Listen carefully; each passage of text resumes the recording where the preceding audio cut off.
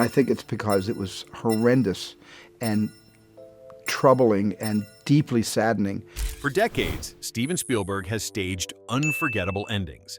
But when asked about his own, he made a surprisingly pointed remark about who he would not want at his funeral. It was not about bitterness. It was about memory, presence, and what truly belongs in the final frame. The colleagues who confused success with loyalty. Over a lifetime of blockbusters and awards, Steven Spielberg learned that success attracts proximity. Some collaborators stood beside him in uncertainty, others appeared once the applause was guaranteed.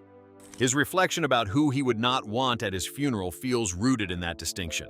Loyalty to him was never about access to triumph, but presence during doubt.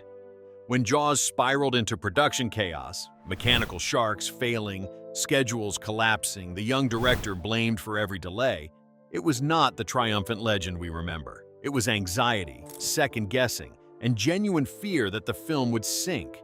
That is the Orca, the boat from Jaws. The pressure was relentless, and the Ito. Margin for failure felt painfully thin. Crews worked through uncertainty, unsure whether the gamble would ever pay off.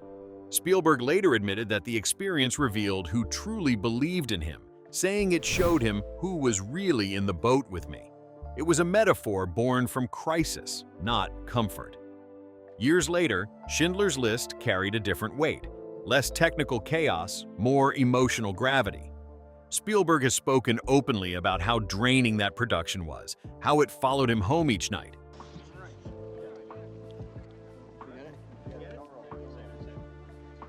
There were no celebratory moods on that set, only the quiet understanding that they were handling history with care. Those who stood beside him during that period shared something unspoken, a trust built not on spectacle but on responsibility. Hollywood, however, often rewards outcomes more than endurance. As the accolades accumulated and his name became synonymous with cinematic success, new allies appeared, some sincere, some opportunistic. Spielberg once observed that the industry can confuse momentum with friendship. It was not bitterness in his voice, but clarity shaped by experience. He had seen how quickly admiration could follow achievement. That is why his remark about not wanting certain people at his funeral feels less like exclusion and more like intention. A final goodbye, in his mind, belongs to those who remained steady when the future was uncertain. Because loyalty is not measured by applause at the end. It is measured by who stayed when the ending was still unwritten. The industry figures who treated film as transaction.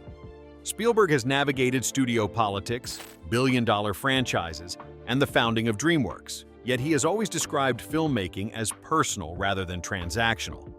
For him, cinema begins with memory and emotion. A funeral, then, would not be a corporate gathering.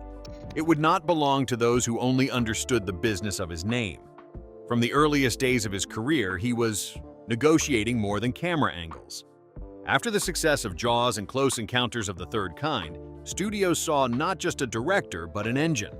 Expectations shifted, budgets expanded. The conversations in boardrooms grew louder than the ones on set.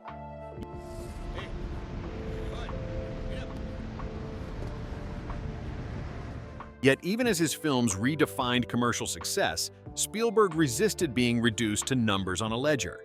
When he co-founded DreamWorks, it was not merely a strategic move, but a creative one, a bid for autonomy in an industry governed by quarterly results.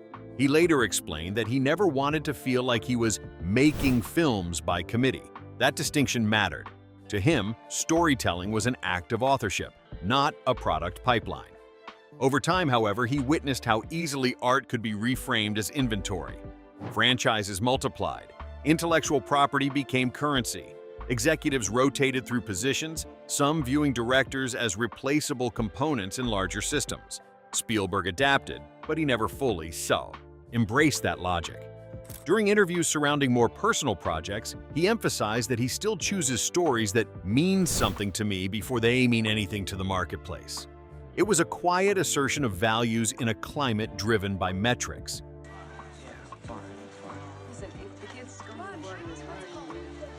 In those moments behind the monitor, the machinery of the industry fades. What remains is an exchange between storyteller and performer, between memory and image. That exchange cannot be quantified. So, when he implies that certain figures would not belong at his funeral, it feels less like rejection and more like boundary. A final gathering, in his view, should not resemble a shareholders' meeting. It should not include those who only recognize the scale of his brand. Because for Spielberg, film was never a transaction. It was a confession projected onto a screen, the distant admirers drawn to legacy. Few directors reshaped popular cinema the way Spielberg did. With that influence came admirers who respected the myth more than the man. His comment suggests that legacy alone does not earn intimacy. A final goodbye, in his view, belongs to those who shared the daily work, not those who admired the finished monument. The myth is easy to recognize. The man who redefined the summer blockbuster with Jaws, the filmmaker who brought wonder to suburban skies in E.T. the Extraterrestrial, the director who confronted history in Schindler's List and war in Saving Private Ryan. Give her 6 quavers, then pause. She sends. Over time, those achievements solidified into something larger than a resume. They became legend. But legend has distance built into it. As accolades accumulated and retrospectives multiplied, a new circle of admirers formed, individuals drawn to the aura of influence rather than the intimacy of process. Spielberg has acknowledged that success can create a version of you that lives publicly, separate from who you are privately. In one reflection on his career, he noted that people often meet the reputation before they meet the person. It was a subtle admission that legacy can distort proximity. What gets lost in that distortion is the ordinary rhythm of creation, the early mornings rewriting a scene, the quiet uncertainty before a risky shot, the doubts that accompany even the most seasoned storyteller. Those moments are invisible to distant admirers. They see the finished monument, not the scaffolding. Were played out in front of me with no camera to capture it for anybody else. In rehearsal, there are no myths, only choices being tested, instincts being questioned. That is where trust is built. Not on red carpets, not in tribute speeches, but in rooms where outcomes remain uncertain. Spielberg once described filmmaking as a daily act of faith with the people around you. Faith cannot be retroactively claimed. It is earned in real time. So when he implies that some would not belong at his funeral, it feels consistent with that philosophy. Admiration is not companionship. Legacy may invite applause, but it does not guarantee closeness. Because in the end, a life is not defined by the monument it leaves behind. It is defined by who helped build it. The public performers of private grief. After decades directing scenes of heartbreak and triumph, Spielberg understands how easily emotion can be staged. He has witnessed public mourning turn theatrical. His quiet stance implies that a funeral should not resemble a premiere. It should be sincere, unobserved, and free of performance, reserved for those who feel loss, not those who display it. Few filmmakers have orchestrated emotion with such precision. In Schindler's List, a single image, the girl in the red coat, carries unbearable weight. In Saving Private Ryan, the aging veteran asking, "Tell me I've led a good life," lands with devastating restraint.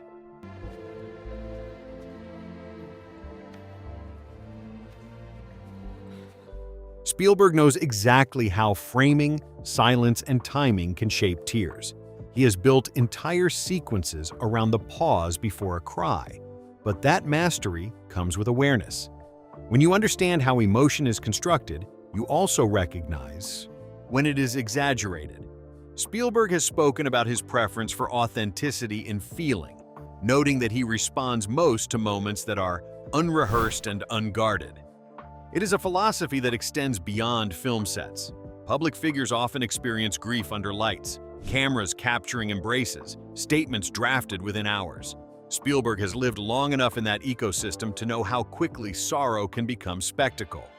He has seen tribute events that resemble productions, with lighting cues and carefully chosen music. In such environments, the line between mourning and performance blurs. And so I do a lot of looking back and makes a good story. In those quieter glimpses, head bowed, no speech prepared, the difference is visible. There is no direction, no second take, just presence. Spielberg once reflected that the most powerful scenes are the ones where you forget the camera is even there. That idea carries weight when considering his own farewell.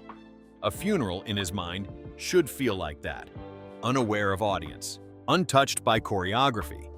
So when he implies that certain people would not belong there, it is not about exclusion for its own sake.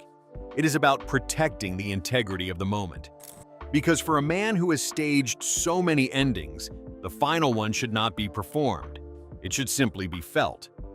The critics who mistook vulnerability for sentimentality. From early blockbusters to deeply personal projects like The Fabelmans, Spielberg often faced critics who labeled his work sentimental. Yet many of his films drew directly from private memory and lived experience. If certain people would not be welcome at his farewell, it may be those who never recognized the courage behind that openness. The label followed him for decades. When Eat the Extraterrestrial moved audiences to tears, some reviewers praised its warmth while others dismissed it as manipulative. When Empire of the Sun centered on a child's perspective in wartime, the emotional lens was questioned.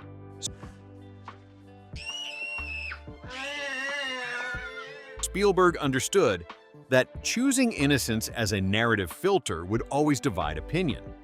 But what critics sometimes overlooked was the source of that tone. Much of his storytelling has been rooted in personal history: his parents' divorce, his fascination with escape, his complicated relationship with belonging. In interviews surrounding The Fabelmans, he acknowledged that revisiting his childhood felt exposing, describing the process as opening a drawer I had kept closed for a long time. That was not a commercial calculation. It was an act of disclosure. Vulnerability in cinema can be mistaken for simplicity. Spielberg's films often allow characters to express longing without irony, to seek connection without cynicism. For some commentators, that sincerity read as excess. Yet sincerity, especially in an industry that prizes detachment, carries its own risk. It invites judgment.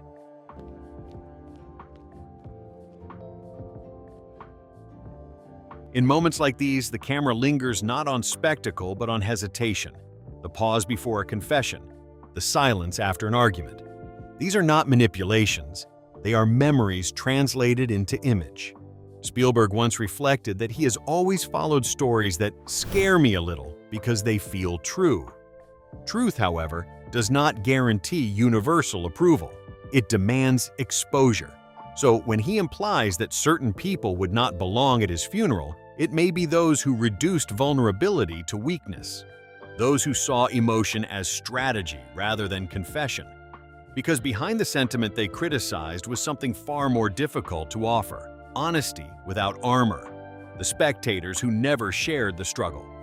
Behind every cultural milestone were years of pressure, doubt, and risk. Spielberg's journey was not only defined by success, but by uncertainty. His reflection hints that a final gathering should belong to those who understood the cost of creation. The last audience, he seems to suggest, should be the ones who stayed when applause faded, long before the Kami.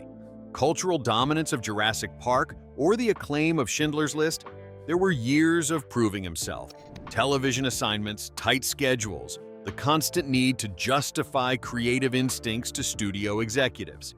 Even after breakthroughs, the pressure never disappeared. Each new project carried the silent question: can he do it again? Success raised expectations. It did not erase fear. The release of Jaws may have made him a household name, but it also made him a target for scrutiny. Blockbusters reshape industries, and industries rarely change quietly. Spielberg has acknowledged that with scale comes isolation, noting in one conversation that the higher you go, the quieter it gets around you. It was a reflection not of arrogance, but of experience. Fewer people understand the pressure at the top.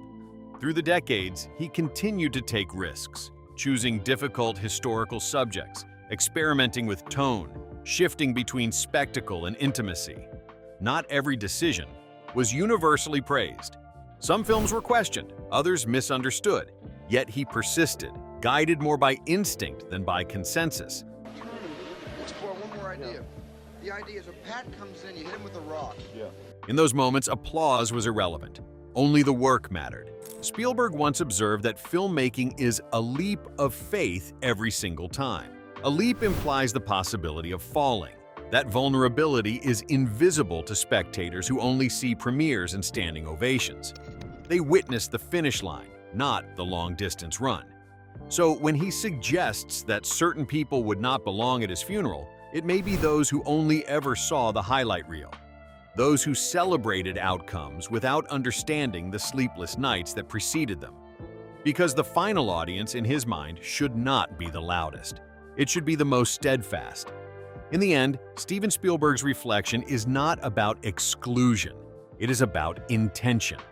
Across decades of spectacle, triumph, criticism, and risk, he has learned to separate presence from proximity, sincerity from performance, loyalty from convenience. The people he would not want at his funeral are defined not by fame or status, but by distance from the struggle and quiet labor behind the films. For a man who has staged some of cinema's most unforgettable endings, his own would not be directed for applause. It would belong to those who shared uncertainty and stayed when outcomes were unclear. Because legacy is not built by spectators, it is built by companions. Who do you think truly earns a place in someone's final chapter? Share your thoughts below and subscribe for more stories beyond the spotlight.